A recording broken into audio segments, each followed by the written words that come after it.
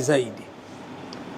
Ndugu zangu, milango ya kheri kwa Muislamu ni mingi, na siku zote tunatakiwa tushindanie mambo ya kheri. Fastabiqul khairat, istibaq ni kule kushindana. Kushindana katika kheri ni jambo ambalo mashrua, lipo kwa mujibu wa sheria. Maana yetu ni kwamba utoaji kwa ajili ya kuendeleza msikiti ni jambo la kheri. Kwa hivyo lazima mtu asikubali kuachwa nyuma, kila mmoja ala qadri taqatihi, kullun ya'malu ala shakilatihi. Lakini katika Uislamu tunatakiwa tuingie katika kila eneo, udkhulu fi silmi kafa. Hatuwezi kusema kwa kuwa tumehimizwa kutoa kwa ajili ya msikiti, basi tukikuta wajane mayatima tusiwasaidie kwa sababu tushatoa msikitini. Kila eneo tegesha, wekeza kwa ajili ya Allah.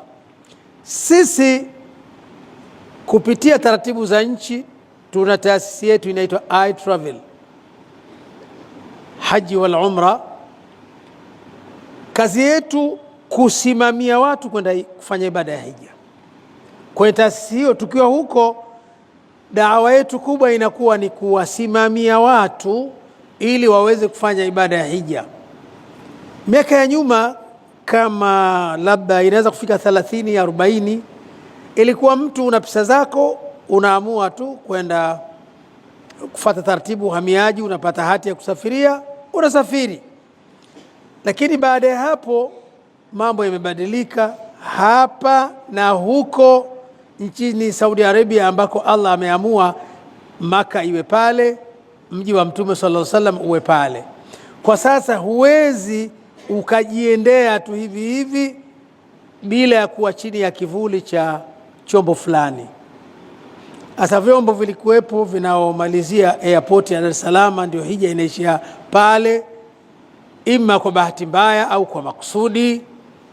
Baadhi yetu tulipata bila nguvu zetu, kwa neema za Mwenyezi Mungu, uwenyeji wa kule.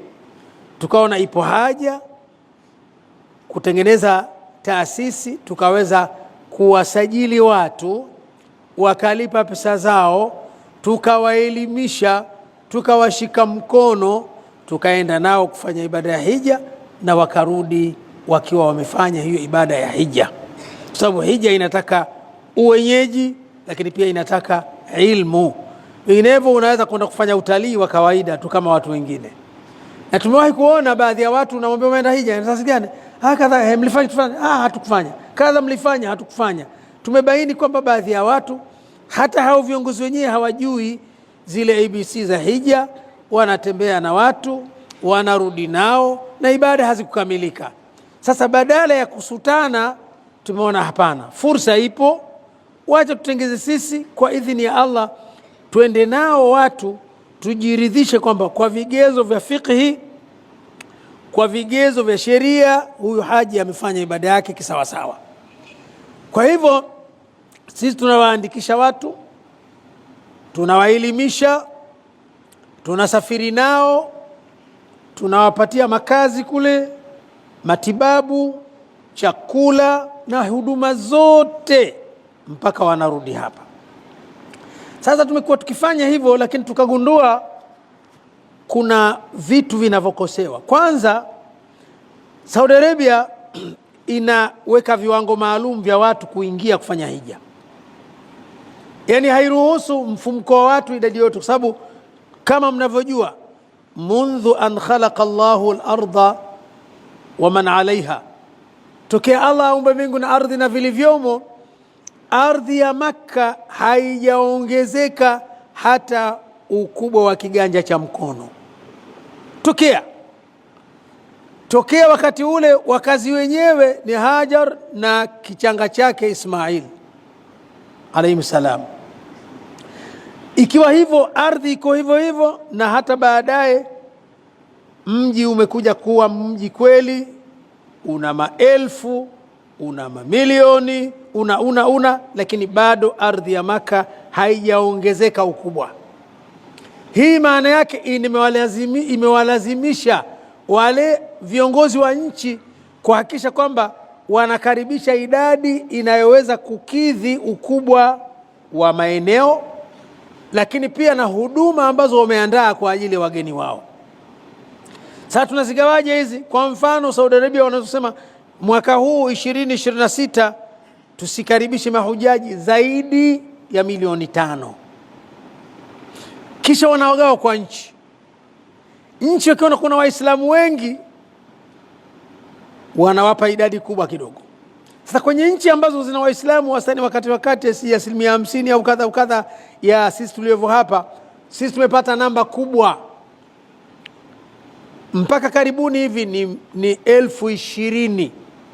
Tanzania inaruhusiwa kuenda na mahujaji wanaofika 20,000. Nyuma tulifikia mpaka 25, lakini kila baada ya muda wanaangalia kumbe Waislamu wenyewe wa mchongo, wanapunguza ile idadi, wanapewa wengine ambao wana haja ya kwenda.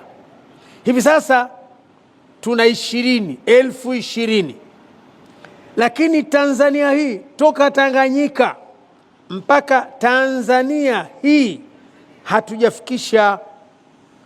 hatujafikisha idadi ngapi? Shafikia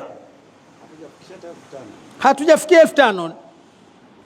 Mwaka huu hivi karibuni mamlaka zinazosimamia hizi taasisi ndio wametangaza kwamba tupambane kidogo ili isogee. Hii 2026 inatarajiwa Watanzania tutakwenda hija 4,000, na jambo la kufedhehesha 4,000 hii, Tanzania kama Jamhuri ya Muungano tuna mikoa 31, ndivyo sivyo? 26 Tanzania bara na 5 Tanzania visiwani. Na tokea tumeanza mpaka leo watu wengi wanakuwa ni kutoka Tanzania visiwani.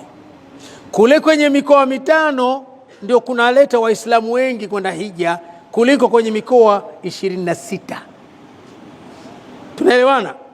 Kwa maana hiyo mwaka huu itakuwa Watanzania 4,000, kati ya hao 2,600 kutoka Tanzania visiwani na 1,400 kutoka Tanzania bara.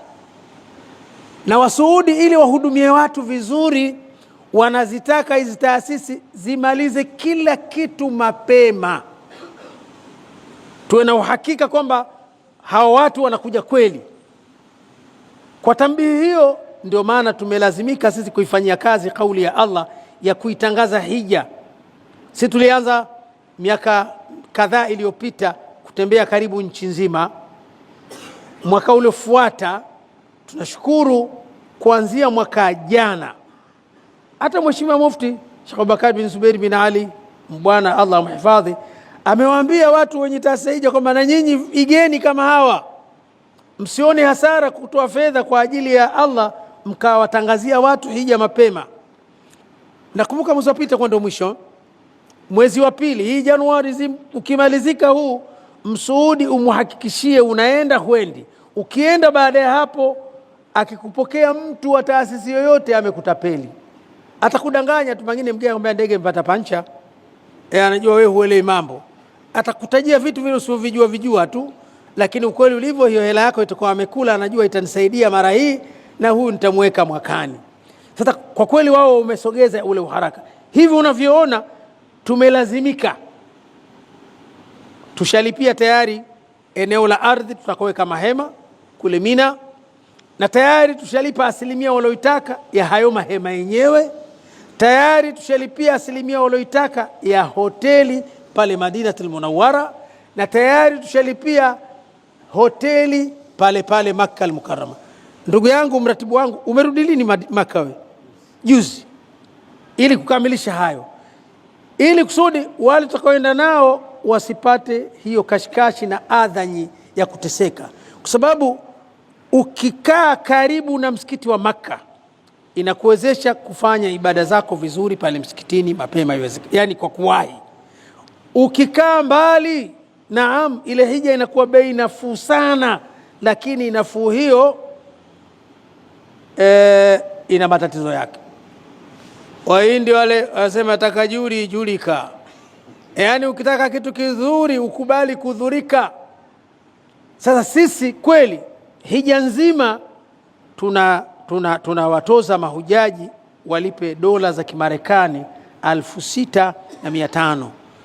Fedha za Marekani zinapanda na kushuka, lakini kati ya milioni 16 hadi 17. Lakini ukishalipa hizo, maana yake nini? Umeshalipia usafiri wa anga wa ndege kwenda na kurudi, tayari umeshalipia usafiri wa ndani mle ndani ya nchi kutoka Maka kwenda Madina, kwa sababu ni masafa ya kilomita 450 kati ya Maka na Madina. Lakini pia kutoka Maka yenyewe kwenda maeneo ya Mina, kwenda Arafat, kwenda Muzdalifa, unakuwa ushalipia. Ndio ushalipia makazi ya hoteli, kitanda chako, godoro lako, mashuka yako, mito yako. Katika miji yote mikubwa utakayekaa Maka na Madina, tena karibu kabisa, unasikia adhana, unateremka, unaenda sali. Lakini ukitaka siku usali mara moja tu, tena kwa kukodi gari, naam, tungeweza kupeleka hata kwa dola 3,000.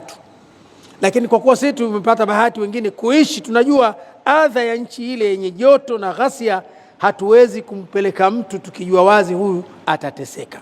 Kwa hivyo sisi tunachofanya ni kuitangaza hija, na hili lipo kisheria. Allah subhanahu wa ta'ala anasema, waadhin fi nnasi bilhaji, watangazie watu waje kufanya ibada ya hija. Ni amri ya Allah, na mtu wa kwanza aliyetumwa kufanya hivyo alikuwa ni nani? Abul Anbiya Ibrahim alayhi salam. Waadhin fi nnasi bilhaji, nenda ukawatangazie watu ibada ya hija. Sasa leo tumejaaliwa watu wenyewe ni Waislamu wenzetu wa Masjidi Taif, na bahati nzuri mna pacha wenu kule Saudia, mkoa unaitwa Taif. Sasa watakushangaeni sana ndugu zenu kule wasipokuoneni. Imam, habari ndio hiyo, ndugu zenu kule wa Taif wenzenu wapo, na alhamdulillah Taif pamoja na kuwa ulikuwa ni mkoa korofi, wamempiga Mtume sallallahu alaihi wasallam mawe na kila kitu, lakini katika ardhi ya Saudia inayoandamwa na ukame, mkoa wenye neema ni Taif. Huo ukienda utadhani uko mikoa ya kwetu Qibti, kuliko huu mji wa Qibti alikotoka Maria al-Qibtiyya. Ndio hiye Sheikh Doga anacheka, inaashiria ndio. Kwa ndugu zangu, tumeambiwa tutangaze. Sasa tunatangaza, na matokeo yanayotarajiwa, yatuka rijalan, watakujia watu wakitembea kwa miguu, wengine kutokana na ukaribu, wengine wakiwa mbali, wa ala kulli dhamir, wakiwa wamepanda kila aina ya mnyama waliyekonda, wengine kutokana na umbali wa masafa wanakuja hapo. Yatina min kulli fajjin amiq,